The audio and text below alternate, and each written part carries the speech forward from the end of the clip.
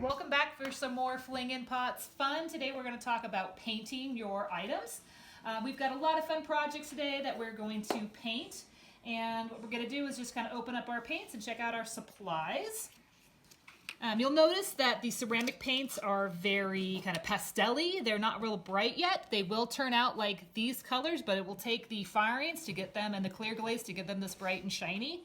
The second firing that your pieces go through will go to 2200 degrees, and that's what makes them shiny. For now, they're just kind of pastel-y, but they will brighten up. So we're going to just open up our lids, and we're going to give everything a stir. Depending on how long the material's been sitting, some have a tendency to separate, some have a tendency to thicken up.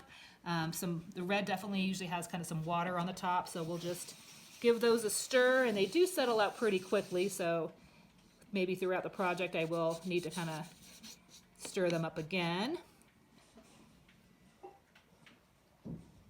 Give my blue a stir.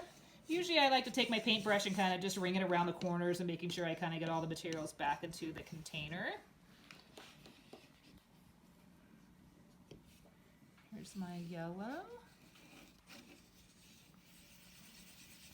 Looking pretty good. If I need to add some water because they are thicker, I kind of want them as kind of a light cream. If they're getting kind of yogurty, just add a few drops of water to get them to thicken up. Next, I'm going to just take my piece and I'm going to add a few layers. That's why you kind of want it to be a little bit thinner. I've already did a layer of yellow on here, and it's already starting to dry up. So this will be kind of my second layer of yellow. And I'm just going to kind of go around there. Usually by the time, if you have a round piece, this is the sunflower bowl project, when you get to where you started, oftentimes you can apply your second coat. You can blend colors. The lighter colors will definitely get swallowed by the heavier, darker colors. The black, browns, blues, and greens will swallow your yellows, reds, and oranges.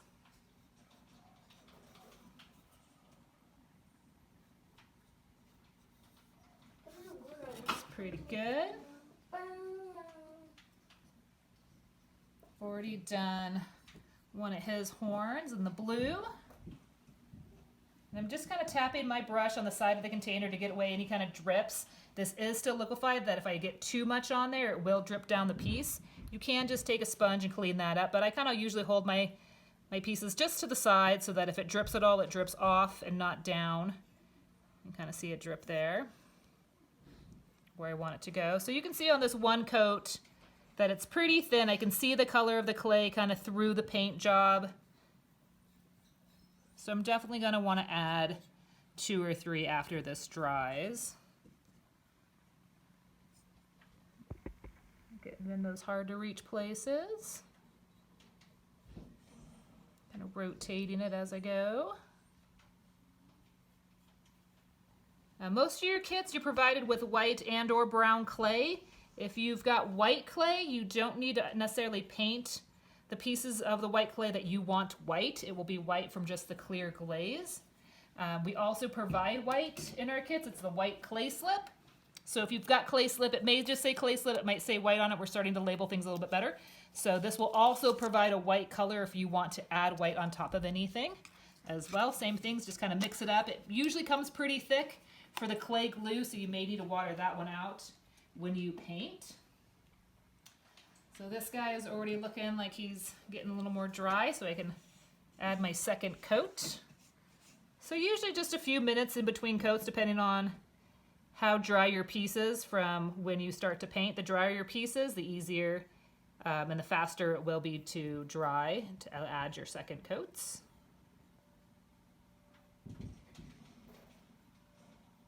I'm going to do that one there.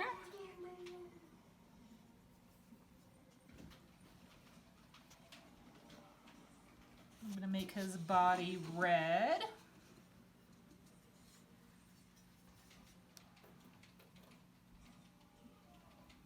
Same thing, I'm just going to let that kind of get into the texture there. Kind of spread it out.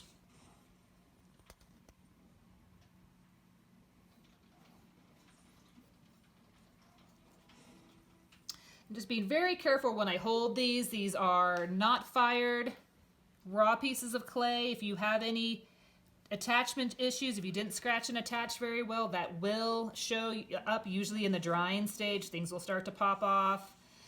You can try to reattach with a clay slip and just trying to get it back on there real well. Otherwise, we will do our best to fire those pieces through, and you can glue those back on after the firing process is complete.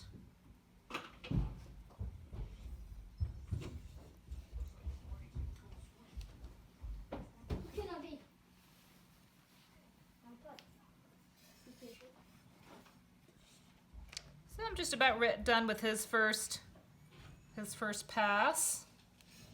I'll let him dry a little bit more before I do another one. And again, if I get any of the clay slips and colors anywhere I don't want, I can use a sponge and water and try to rub that off. Some of it does usually still stain a little bit, but if you want to go over it with a darker color, you can usually fix up some of your issues. It's pretty fun.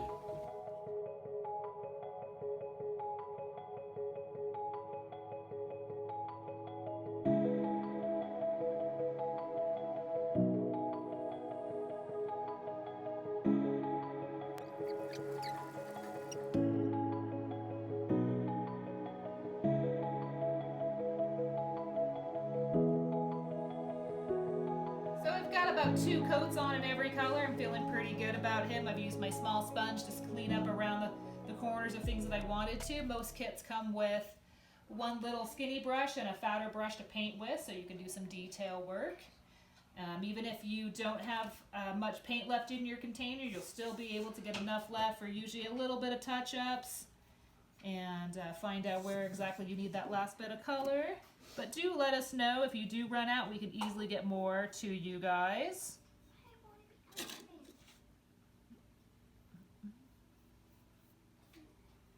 And that's about it. Have fun painting.